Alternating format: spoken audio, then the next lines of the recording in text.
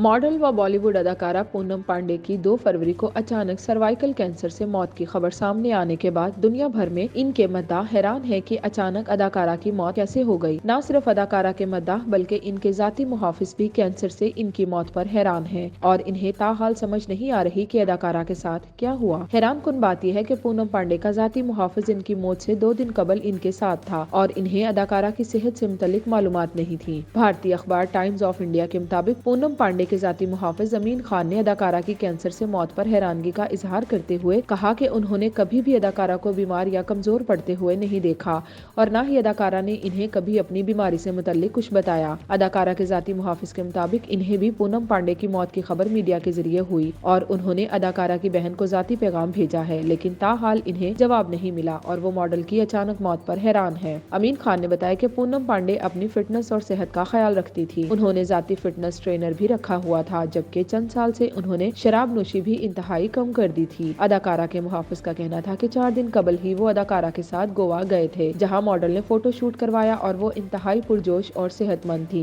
अमीन खान ने दावा किया कि वो 31 जनवरी तक पूनम पांडे के साथ थे और अदाकारा बिल्कुल ठीक थी, लेकिन 2 रोज के बाद 2 फरवरी को इनकी मौत की खबर सामने आई। अदाकारा की कैंसर से अचानक मौत पर न सिर्फ शोबिस शख्सियात और पूनम पांडे के करीबी दोस्तों और रिश्तेदारों को हैरान कर दिया, बल्कि आम लोग भी हैरान हैं कि कभी अदाकारा की बीमारी की खबर सामने ही नहीं आई। अदाकारा ने मौत से 4 दिन कबल गोवा में फोटो शूट के दौरान बनाई गई मुख्तसर वीडियो भी इंस्टाग्राम पर शेयर की थी, जिसमें इन्हें हमेशा की तरह फिट और खुश देखा जा सकता है।